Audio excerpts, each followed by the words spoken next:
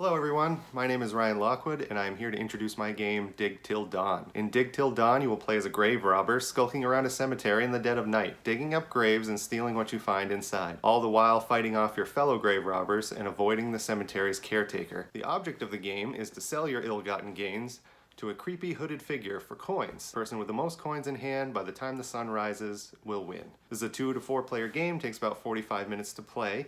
This game has some set collection and a bit of take that, and will appeal to those looking for a lighter filled game, especially if they have a dark sense of humor. The theme of digging up and selling bodies seems to be the draw of the game, as I've learned through playtesting, and all my playtesters have told me that's pretty unique. Finally, this is a work in progress, and the components and the art you will see in the next part are not finalized. Okay, let's take a look at some of the mechanics, the components, and the gameplay you will find in Dig Till Dawn. We have the cemetery here, represented by a 4x4 grid of cards. The question marks indicate empty graves.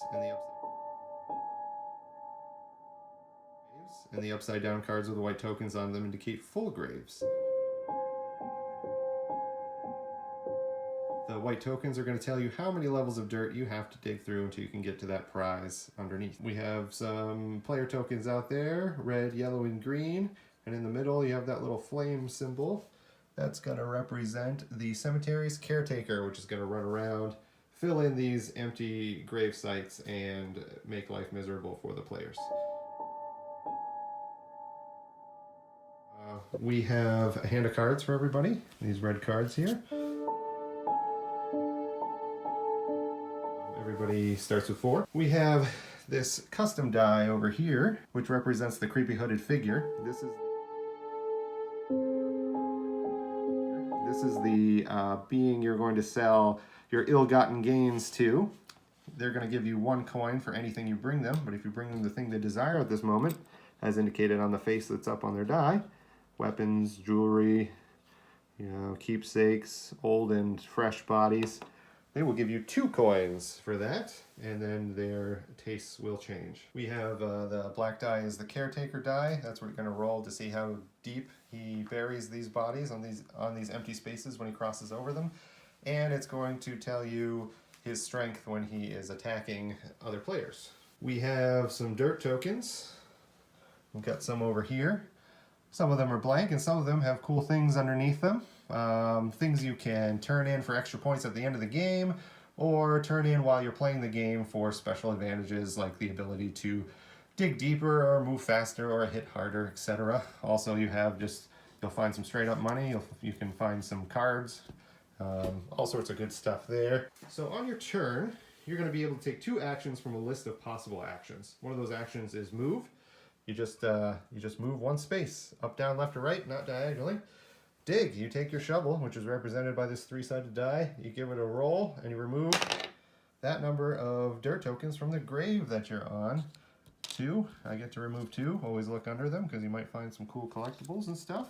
Now that you've uncovered all the dirt on the grave, you can turn that over and look at the body. We've got a body here, it's got a couple of descriptors on it. Flower is fresh, it's got some weaponry in there. So if you had turned that into the creepy hooded figure, and they were looking for weapons, you would get 2 coins instead of 1. Another action you can take is selling, which we just went over. You can also take an action to rest, which means you just draw a card from the deck, put it in your hand. And you can also play an action card from your hand as an action.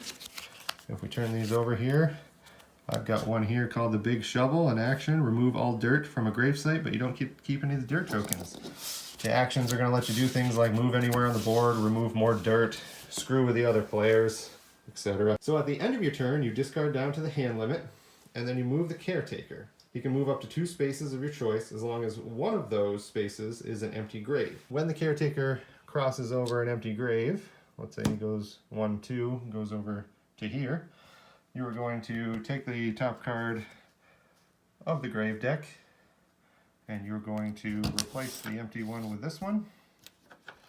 You're going to take the caretaker die, give it a roll. That's how many dirt tokens from the pile you're going to put on there. So we'll go over here, we'll take 3 tokens, and we'll put them 1, 2, 3 right on there without looking at any of those things. The cemetery stays semi-full for people to rob. Combat. When 2 players, or a player and the caretaker, share a space, usually by using the move action or by moving the caretaker at the end, you're going to fight. So the attacker, in this case it was the green person because they moved into the red person's space. They're going to throw down from their hand any number of cards that say whack on them. That's going to be their attacking power in this combat. So you add them together so they have a strength, a combat strength of 3 for whacking the other guy with a shovel. So we will go to the red's deck, and what the defenders have to do is get a higher number than the attacker to fend them off. Red has got a 5. So red wins. The victor gets to take one thing from the loser. A coin, a body, a token, and then the loser must retreat to an unoccupied space that's near them. So this game is called Dig Till Dawn. So how do we know when dawn comes? As the caretaker moves around and fills in graves, they're going to be taking cards off of this deck over here. And as you can see, the last card I took off revealed a sunrise card. When 5 of these sunrise cards are revealed, that means the night is over, everyone gets one more turn, and then the game is over, and you tally up your coins, and the ones with the most coins are the winner. Boom. She's concerned about my turn. Yeah. It's gonna go right there. I could go up this way. Who knows? No. 2 actions, so I'm starting here. I'm going to use my first action to dig. I don't really have to roll because you can't get less than 1.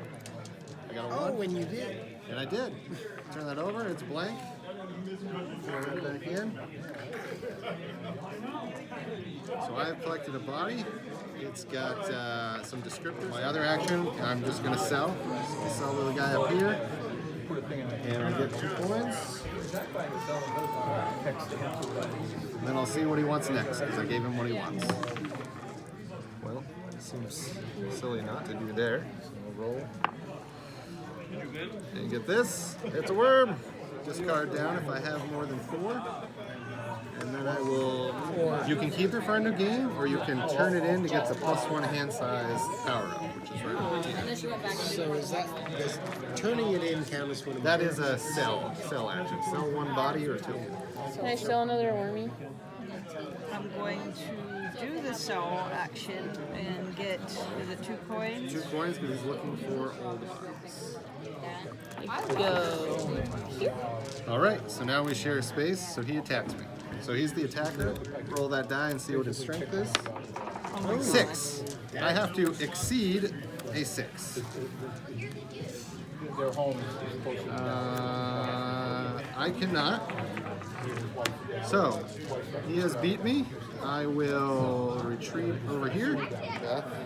And I'm going to dig because I need more bodies.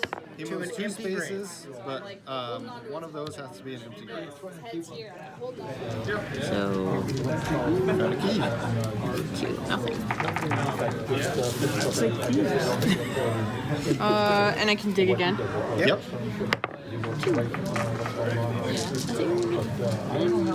The downside is there's, end game bonuses for having the most of one type or one of each.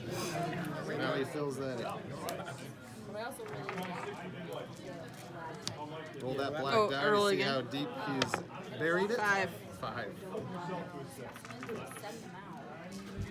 These are not your grandma's big beats. Okay, and then I just gotta move this guy. Yep. I'll just go in here. Whoa. And then, And if you're, oh, that was you. I was like, you're a real dick. You go 1, 2. so 5. 5. 5. You got Oh, Oh. wow. So we are 1 sunrise away Oh, no. from Yeah. endgame. All right, well, that's Dig Till Dawn. I want to thank a few people for helping me with the prototype and getting this far. I have my amazing girlfriend, Monique Priestley, doing all the layouts and helping me edit this video. I have my very talented brother, Charles Lockwood, who did all the cool and spooky art for the cards and the logo and the character designs. And I'd like to thank an amazing group called the Upper Valley Game Designers, which is run by Max Seidman, who is one of the lead designers for Resonum games. Without all their encouragement and feedback and constant playtesting with that group, I definitely wouldn't be making this game right now. So thanks for taking the time to check out Dig Till Dawn, and I will see you at BFIG.